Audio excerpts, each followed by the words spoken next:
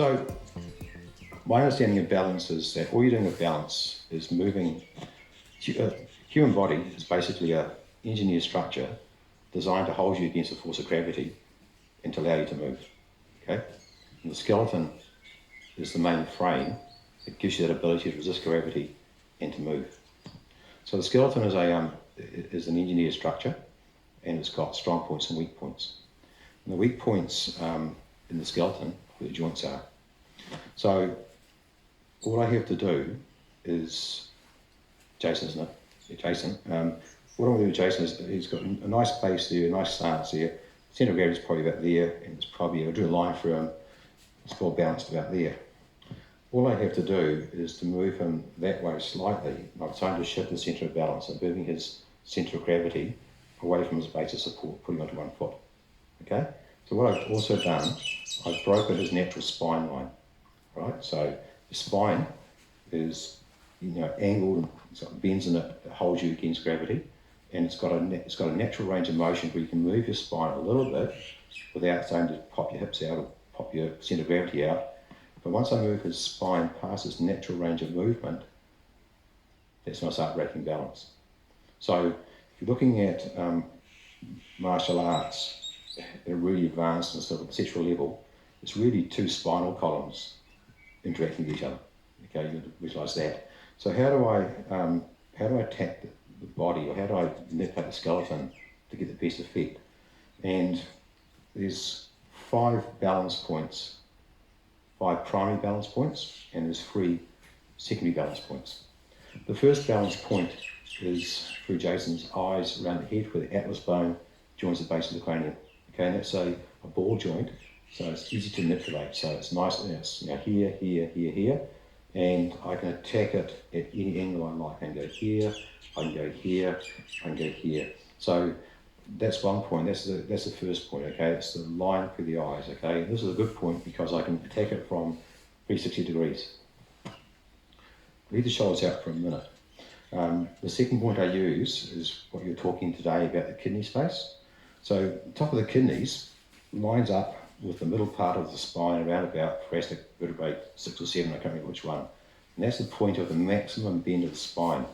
Where the spine is maximum bend is where I have the most movement. I can move the spine easier because that's where it moves the most, okay? So, and again, this position here, I can attack it from 360 degrees. So it's a really good point to attack. The other point now is on the hips. So the hip is a ball socket, and I can manipulate both hips in about a 180 degree arc out from each other. So that's the third point. The fourth point is on the knee, inside, outside, behind, and you can also lock it forward, and I won't because that starts to cause, that's pretty brutal. If you smash into the knee here, you lock it up and you cause damage. But again, I can attack the knee, it's a weak point, and the ankle.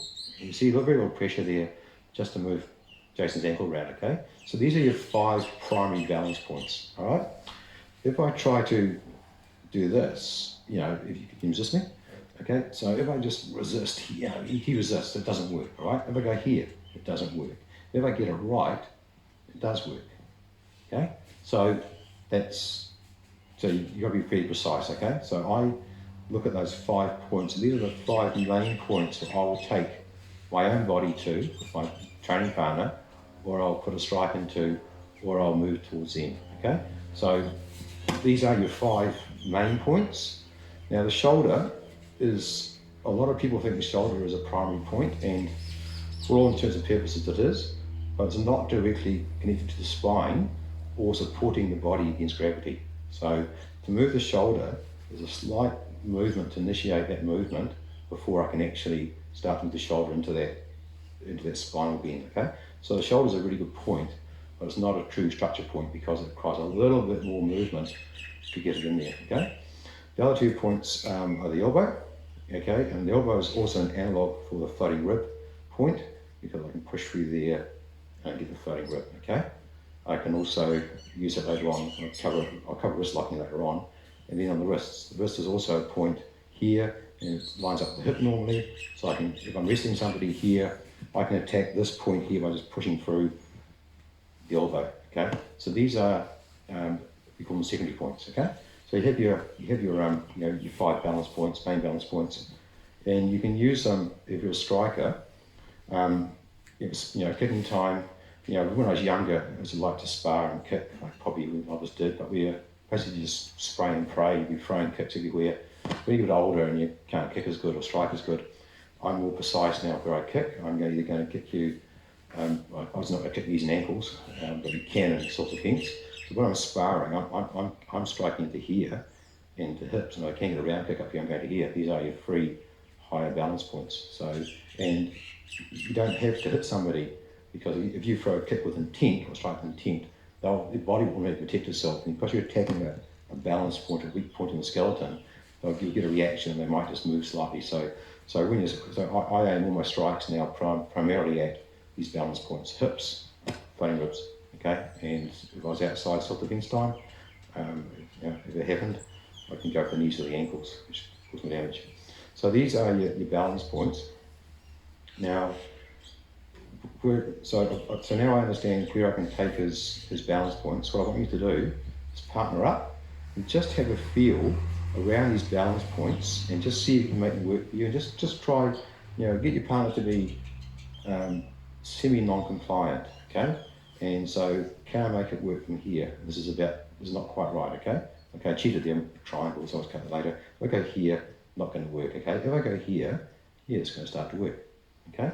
Now also, because you guys are all pretty good, I would suggest also angle 15 degrees into these points, downwards or upwards, okay? And you can also think about creating a spiral, okay, with your motion of your hands. So partner up and have a go at just finding these points, trying to also do maybe, if I go here and push here, does that work? No. If I go here and push here, does that work? Yes, it does. So, these points do work, and if you don't, if brute strength, I could use brute strength if I was stronger, I can make this work, but I'm not the biggest person here, so I want to be more subtle, so I'm going to go for the balance points. So the 6 balance points are basically what Jason and Duncan were talking about. Maybe doing the same kind of stuff, just haven't explained the points specifically, but what you're doing this morning is what I'm doing now with you. But just try these points out, give them a go, and then we'll come back in about 5 minutes and we'll try something else.